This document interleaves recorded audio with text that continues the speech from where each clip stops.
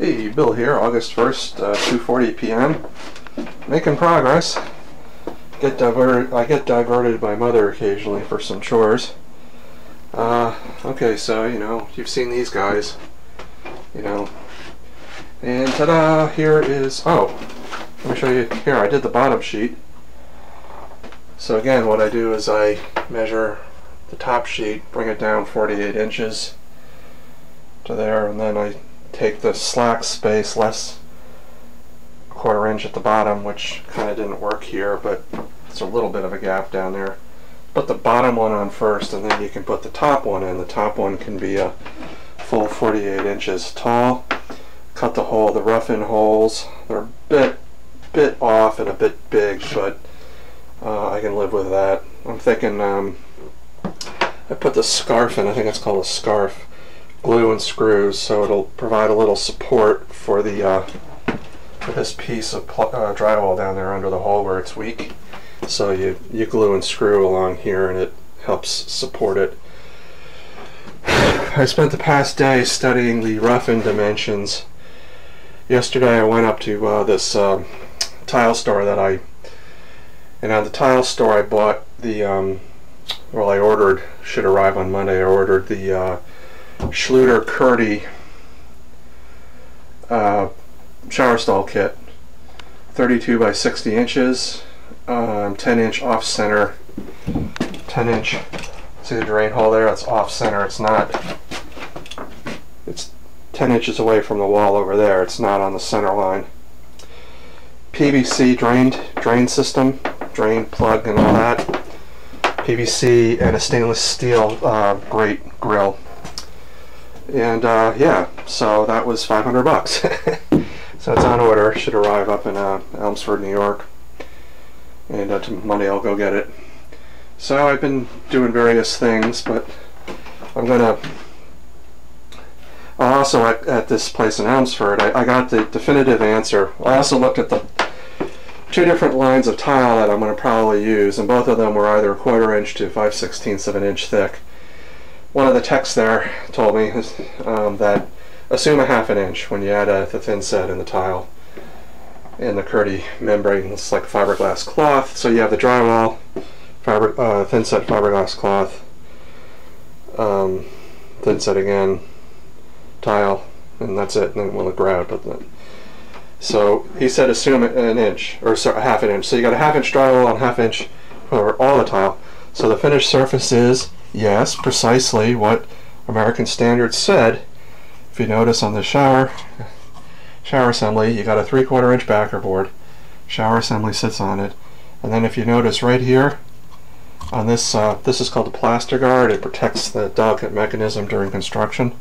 If you look here, this line right here, and it says so on the plastic. It says, it lines up with the plane of the drywall, the back plane. So you add this up, that's precisely an inch. So guess what?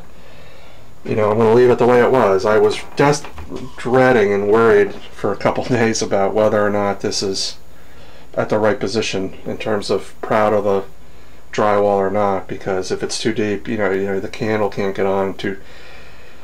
Well, it can only be proud so far. I mean, the more proud you make it up to the point it will hit the back of the drywall, and that's it. But you can make it as proud as you want, but it might look stupid.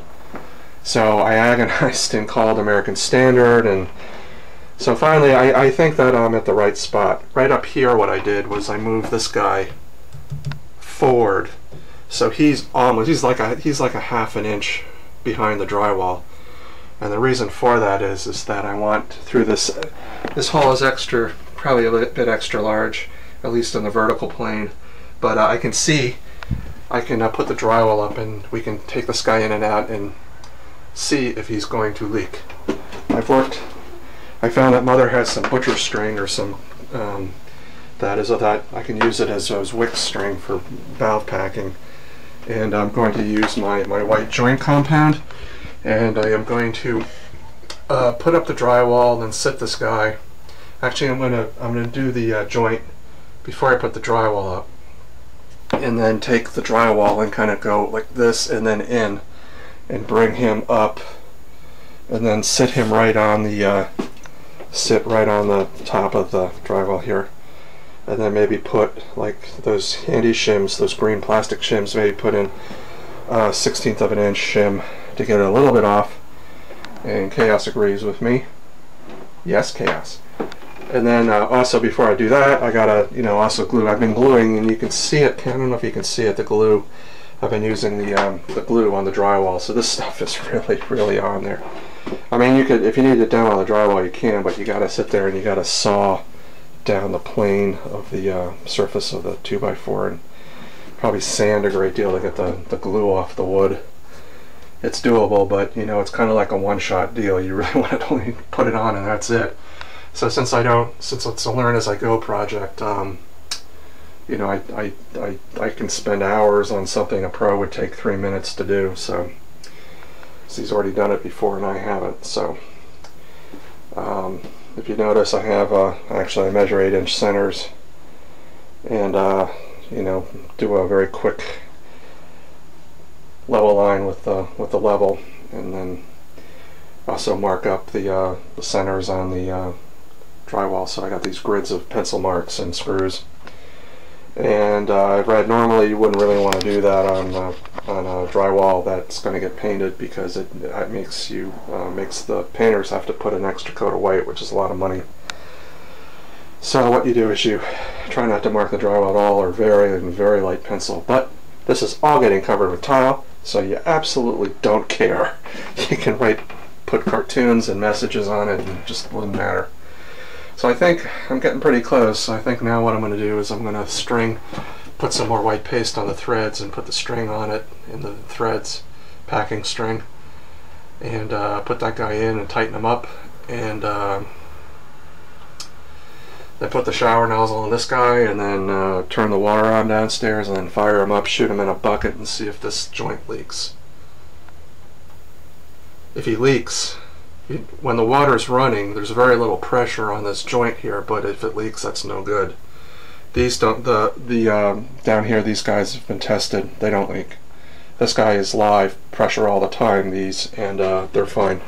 They've been there for months now. But I mean, even just a little drip at a time is just absolutely unacceptable, because over time the drip will just rot something below it. So yeah, so that's it. So, and then as my brother-in-law points out, which is true, when you turn this off, there's no pressure on this guy. The pressure goes to zero. The water here from gravity drains out the nozzle, and then there's no vacuum in here, and the water finds its level in here, and it shouldn't leak. So there's just no pressure. But that's it. So okay, I think I'm gonna go do water pressure testing now, and then I'll probably get this board up. And what I plan to do, I got to trim the edges here. These are scrap pieces. I bought too much drywall. I might have two. If I use up all my scrap judiciously, I'd have 2 extra full sheets, which is, what I do with it, and that's like $30 I wasted. So I might use a full sheet over here for this guy and try to have a sheet over there, but I'll still have 1 sheet left. And I don't know what to do. What should I do with it, Chaos? I have no place to put it, so I'd have to sacrifice it, just cut it into pieces and throw it out. Michael said he wasn't, my brother-in-law Mike said he wasn't interested in driving it back for a $15 refund, getting the truck and all that. So then what I do is with scrap is that I'm going to line this surface right here all the way up. And I did this blocking up here, so this piece has something to nail to at the end. So this sheet goes first, and then this piece goes here, and then we do the corner. I bought another corner bead there. I'm also, I bought, well, this is a scrap piece of 3/4 inch conduit. What you do is you run the conduit from here down to just below the floor, and you leave two pieces of cord snaked through them. So, and then leave the cord out resting on the floor. So when they do the radiant floor heat, they'll have snakes already ready to go. You tie the electrical wires to the pieces of cord, and then you just pull it up through the conduit. So that's easy enough. I might have to, I thought about I might have to no, I guess not. I was thinking I might have to reset this guy and maybe, well, there's enough slack on this line, but move him over, maybe center him. Actually, for from aesthetic point of view, maybe this guy should be centered. I don't know, it's just made more work. But that has to get sorted out before I can put the drywall up. And I've left messages with two professional. I got references from the tile company up in Elmsford yesterday for two pros that they recommend to come, and Mother is interested in getting a price quote to see if we could have the professionals finish off the tiling, and it would just speed it up by days, weeks, and months instead of me doing it. So it might, some ways. Well, if I did it, I'd have to probably get a wet saw, and it'd probably take so long. It'd be worth it just to buy the wet saw for like $500, $600, $700. So if you subtract that out of the bill for the tiling, might be the more efficient way to go. I've done so much everything else, saving, I don't know, depends on how you account for it, but 10 grand or more. Hell of a lot of work. I mean, the drain waste vent system, that was a 10 grand project just by itself. So, and then there was the fixing all the floor and everything. So, and the PEX and the. So, all right. Well, I'll see you guys later. Bye. Hey, Bill here. 3:28 p.m. and it's not leaking. I put some cord on it and puttied it up, and it didn't leak. This leaked, but that's okay because I have to put it on again anyway, and we'll deal with it. I didn't have two wrenches to one to hold back this guy and the other one to tighten, but then we'll put that on again when we're done. So the rest of it didn't leak, so that's it. It passes the test. There's all that gimpy water, I gotta get rid of it. Passes the test. This is live. It's off. Should go downstairs and turn it off again for the rest of the project, but that's it. So I'm going to come back, I'm going to dump this water, turn the valves off downstairs at the manifold, and then putty this guy up and put, he's out in the hallway, put the nail up this guy, and then we can move on to trimming this edge here and this one too. And then what I'll do is I'll start working on this piece right here.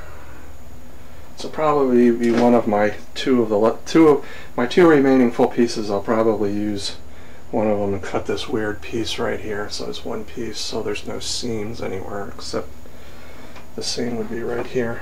So 4 feet is 4 feet from the ceiling is I think this pencil mark right there. So he just ends at the bottom.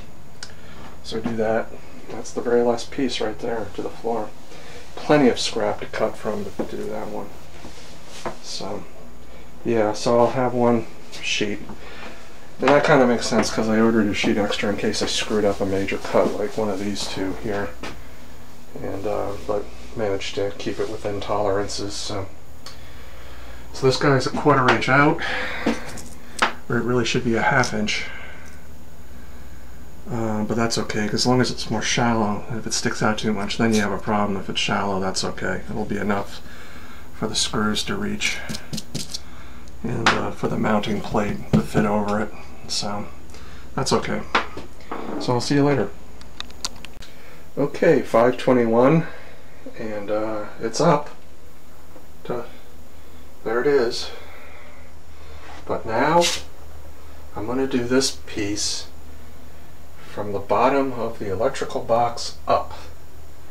It's prepped and ready to go. Here's the piece, there's the electrical box cutout using my buzz cutter, and I made these two cuts right there with my buzz and my Dremel buzz cutter, and it fits beautifully, and I'm going to put it in. So just last minute note here, yes, I caulked up the holes here for and in the seam there too for fireproofing. And this is all in there, and they're all got clips on them. And this guy, I think we can keep this guy where he is, but I might have to move him a little bit. So I'll put this up with the glue and the nails and the screws, sorry, and then I'll work on this guy, putting in the conduit, and then this is the easiest cut of all. It's just a stupid rectangle. It's really all it is. So, see you later.